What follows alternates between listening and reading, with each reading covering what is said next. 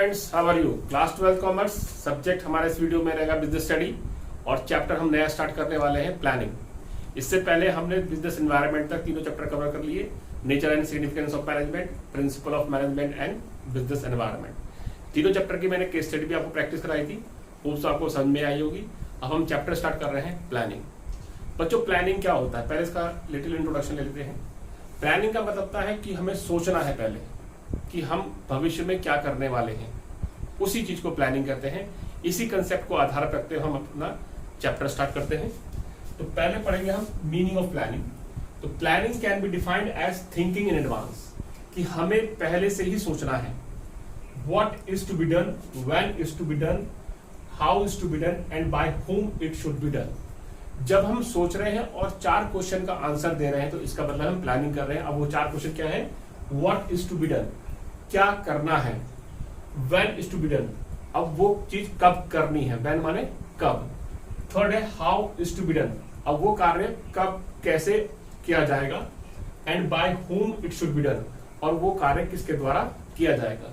जब हम ये चारों क्वेश्चन का आंसर दे रहे हैं तो इसका मतलब हम प्लानिंग कर रहे हैं। एक छोटा सा इसका कंसेप्ट और देखते हैं। It bridges the gap between where we are standing today and where we want to reach. Planning एक कंसेप्ट है जो कि एक ब्रिज का काम करता है। ब्रिज माने होता है पुल, जो कि 2 किनारों को जोड़ता है। तो यहां पर लिखा है it bridges the gap between where we are standing today, means आज की डेट पर हमारा बिजनेस या हम कहां पर स्टैंड कर रहे हैं, ठीक है। And where we want to reach means 2020 पर हमारे बिजनेस की क्या परफॉर्मेंस है और 2020 या 30 तक हम अपने बिजनेस को कहां तक ले जाना चाहते हैं। इसको ब्रिजेस करना, जोड़ना, तो ये चीज कराती है आपकी प्लानिंग। कि 2020 में ही हम प्लान कर रहे हैं कि 10 साल बाद हमारा बिजनेस कहां पर स्टैंड कर रहा होगा। तो उन दोनों चीजों को जो जोड़ता है वो कराती है आपकी प्लानिंग। तो इस 10 सालों में हम काम कौन कौन सा करेंगे, वो काम कब किए जाएंगे, वो काम कैसे होंगे और किसके द्वारा किए जाएंगे, वो सब चीज आता है प्लानिंग के अंदर। अब नेक्स्ट टॉपिक पे आते हैं बच्चों, फीचर्स ऑफ प्लानिंग।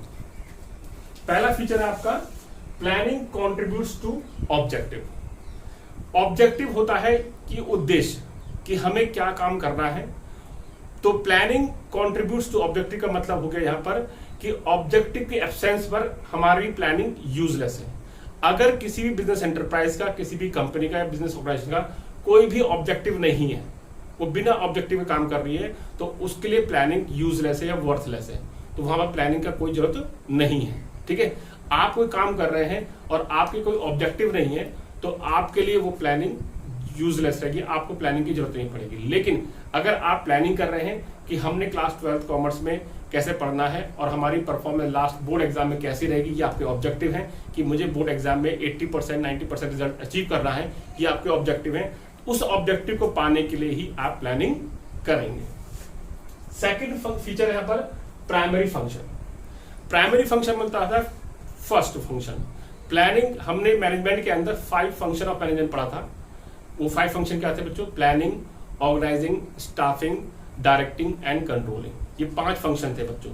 इसमें प्लानिंग ही प्राइमरी फंक्शन क्यों बोला गया है कि बाकी जो 4 फंक्शन हैं एक्सेप्ट प्लानिंग को छोड़कर, जैसे ऑर्गेनाइजिंग हो गया, स्टाफिंग हो गया, डायरेक्टिंग एंड कंट्रोलिंग, ये चारों फंक्शन तभी काम करते हैं जब प्लानिंग होगी।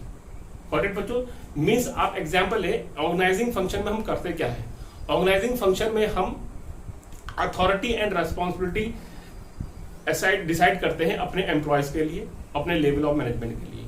लेकिन अगर हमारे पास प्लानिंग ही नहीं होगी तो हम अथॉरिटी और रेस्पॉन्सिबिलिटी किसके लिए डिसाइड करेंगे? वो यूजलेस रहेगा। जैसे कि स्टाफिंग के अंदर हम एम्प्लॉयज का अरेंजमेंट करते हैं, नंबर ऑफ एम्प्लॉयज कैलकुलेट करते हैं काम करने के लिए। लेकिन अगर हमारे पास प्लानिंग ही नहीं होगी कि हमें किस क्या काम करना है, एम्प्लॉय से क्या काम लेना है, तो हम उस एम्प्लॉयज का रिक्रूटमेंट या सिलेक्शन क्यों करेंगे स्टाफिंग के अंदर? तो वो स्टाफिंग तब यूजलेस है हमारे लिए अगर हमारे पास प्लानिंग या ऑब्जेक्टिव नहीं है। इसलिए प्लानिंग को प्राइमरी फंक्शन बोला गया है। थर्ड फीचर है उसका परवेसिव। परवेसिव माने यूनिवर्सल, दैट प्रेजेंट एवरीवेयर। तो प्लानिंग आपका ये जरूरी नहीं कि टॉप लेवल फंक्शन ही होता है। प्लानिंग जितने लेवल ऑफ मैनेजमेंट होते हैं, 3 लेवल्स ऑफ मैनेजमेंट होते हैं, तीनों लेवल पे अपनी अपनी प्लानिंग की जाती है। जैसे कि टॉप लेवल जो मैनेजमेंट होता है वो ऑर्गेनाइजेशन के लिए मेजर प्लान डिसाइड करते हैं। जो मिडिल लेवल मैनेजर्स होते हैं वो अपने डिपार्टमेंट्स के लिए डिपार्टमेंटल प्लान डिसाइड करते हैं, और जो सुपरवाइजरी लेवल होता है या लोअर लेवल मैनेजमेंट होता है वो अपने प्लान डिसाइड करते हैं वर्क को डिसाइड करने के लिए या वर्क को सपोर्ट करने के लिए। गॉट इट बच्चों? फोर्थ फीचर है आपका फ्यूचरिस्टिक और फॉरवर्ड लुकिंग। प्लानिंग का जो फोर्थ फीचर है फ्यूचरिस्टिक का मतलब होता है फॉरवर्ड लुकिंग, भविष्य के लिए करना। प्लानिंग हमेशा भविष्य के लिए की जाती है, फ्यूचर के लिए की जाती है। प्लानिंग कभी पास्ट के लिए नहीं हो सकती, ठीक है। पास्ट के एक्सपीरियंस लेकर आप फ्यूचर के लिए प्लानिंग कर सकते हैं। मींस फ्यूचर में आप जो डिसीजन लेने वाले हैं वो आपके डिसीजन बेस होते हैं आपके पास्ट एक्सपीरियंस पर। तो प्लानिंग हमेशा फॉरवर्ड लुकिंग होती है, मींस फॉरवर्ड मींस फ्यूचर में आपको क्या अचीव करना है उसके लिए प्लानिंग की जाती है। Now next feature is planning is continuous. Planning is continuous का मतलब होता है कि एक बार अगर मैनेजर ने प्लान बना दिया तो ये मतलब नहीं अब मैनेजर हाथ पे हाथ रख के काम नहीं करेगा, उसको कंटिन्यूस फंक्शन करना पड़ता है। मींस हमने बिजनेस एनवायरनमेंट में पढ़ा था एनवायरनमेंट स्कैनिंग। एनवायरनमेंट स्कैनिंग का मतलब होता है कि आपको अपने बिजनेस एनवायरनमेंट की अंडरस्टैंडिंग और अवेयरनेस पूरी होनी चाहिए। आपको एनवायरनमेंट के अंदर जो चेंजेस आ रहे हैं उनको बार बार स्कैन करना चाहिए, उसे कहते थे एनवायरनमेंट स्कैनिंग। तो एक बार जो मैनेजर ने प्लान बना दिया और उसे इंप्लीमेंट कर दिया तो मैनेजर का काम ये होता है कि वो अपने एनवायरनमेंट को बार बार स्कैन करता रहे, और अगर प्लान में कोई चेंजेस की रिक्वायरमेंट है एनवायरनमेंट के हिसाब से तो उस एनवायरनमेंट के हिसाब से प्लानिंग के अंदर चेंजेस करता रहे। तो इसलिए प्लानिंग को कंटिन्यूअस फंक्शन बोला गया है। नेक्स्ट है planning involves decision making. Planning के अंदर डिसीजन मेकिंग इसलिए बोला गया है कि प्लानिंग के अंदर हमें मेजर डिसीजन लेने पड़ते हैं। अगर आपके पास डिफरेंट अल्टरनेटिव्स हैं तब आपको प्लानिंग करनी पड़ेगी कि हमें बेस्ट अल्टरनेटिव कौन सा डिसाइड करना है। अगर आपके पास अल्टरनेटिव्स नहीं है तो आपको प्लानिंग की जरूरत नहीं पड़ेगी। तो डिसीजन मेकिंग का मतलब यहां पर ये होता है कि हमें वेरियस अल्टरनेटिव्स को इवेल्युएट करके उसमें से बेस्ट अल्टरनेटिव चूज करना पड़ता है। तो यहाँ पर हमें डिसीजन लेना पड़ता है। तो वही चीज प्लानिंग के अंदर आती है कि प्लानिंग के अंदर हम डिसीजन लेते हैं बेस्ट अल्टरनेटिव को सिलेक्ट करने के लिए। नेक्स्ट है बच्चों मेंटल एक्सरसाइज। मेंटल एक्सरसाइज का मतलब होता है यहाँ पर इंटेलिजेंस और स्किल का इस्तेमाल करना। प्लानिंग के अंदर हम अपनी इंटेलिजेंस का इस्तेमाल करते हैं। हायर लेवल ऑफ इंटेलिजेंस की रिक्वायरमेंट होती है प्लानिंग के अंदर। प्लानिंग के अंदर आपको डिफरेंट अल्टरनेटिव्स या वेरियस अल्टरनेटिव्स को इवेल्युएट करना पड़ता है, जहां पर इंटेलिजेंस स्किल की बहुत जरूरत पड़ती है, और वहां पर मैनेजर्स का आईक्यू लेवल भी चेक किया जाता है कि कौन सा मैनेजर कौन सा बेस्ट अल्टरनेटिव अपना सिलेक्ट कर रहा है, और ये सब डिपेंड करता है मैनेजर के इंटेलिजेंस पर। इसलिए प्लानिंग को हमने यहाँ पर मेंटल एक्सरसाइज भी बोला है।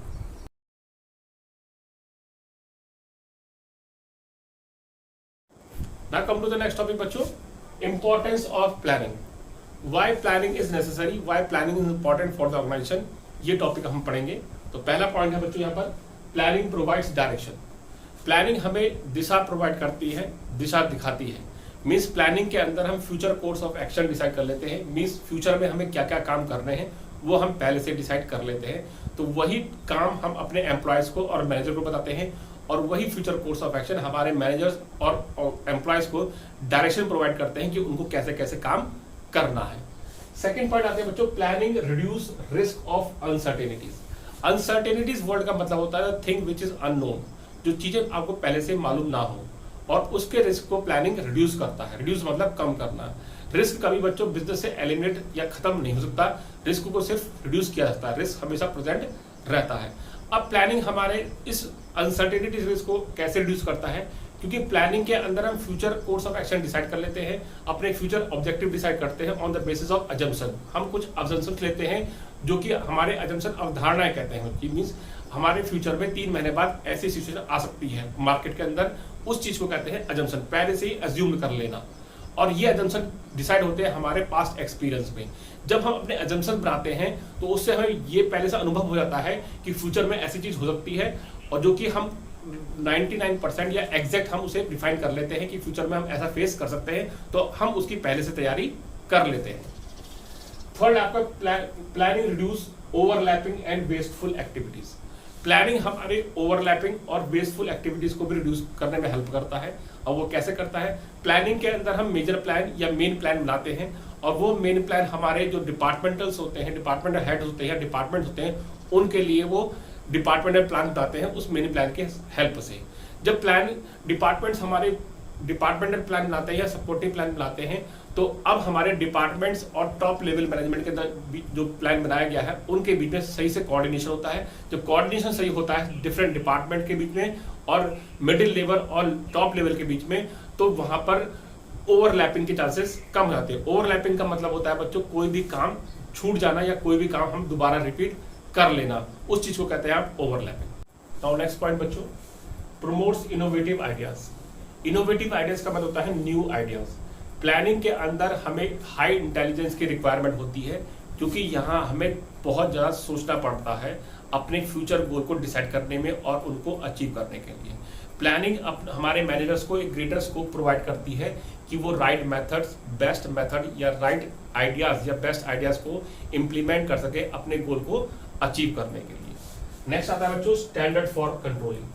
कंट्रोलिंग का मतलब होता है कि हम अपने प्लान आउटपुट को कंपेयर करते हैं अपने एक्चुअल आउटपुट से। प्लान आउटपुट का मतलब है जो हमने प्लान फ्यूचर में अचीव करना है या फ्यूचर में आउटपुट जो अचीव करना है उसको कंपेयर कर रहे हैं हमने एक्चुअल आउटपुट से कि हमने एक्चुअल में कितना काम किया है। तो प्लानिंग के अंदर हमें कंट्रोलिंग का मौका मिलता है, नियंत्रण करने का मौका मिलता है। इट मींस डेविएशन को कम से कम करने का मौका मिलता है।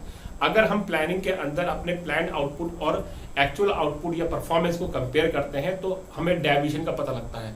ये जरूरी नहीं कि डेविएशन हो, डेविएशन माने होता है हमारी कमी। सपोज करो एग्जांपल लेते हैं कि हमने प्लान आउटपुट जो डिसाइड किया था well in advance that is 100 units और हमने एक्चुअल आउटपुट जो अचीव करा that is 80 units.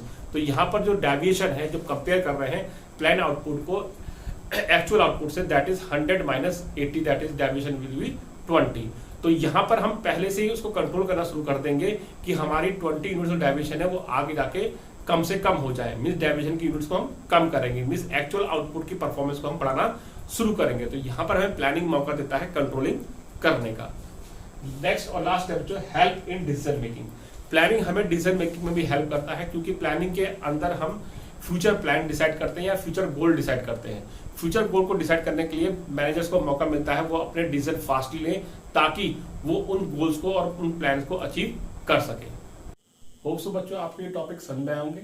In topic से रिलेटेड जो नोट्स है मैं आपको वीडियो के लिंक में प्रोवाइड करूंगा और उनके पीडीएफ भी भेजूंगा। आप इन नोट्स को जरूर पढ़ें और उनको समझें।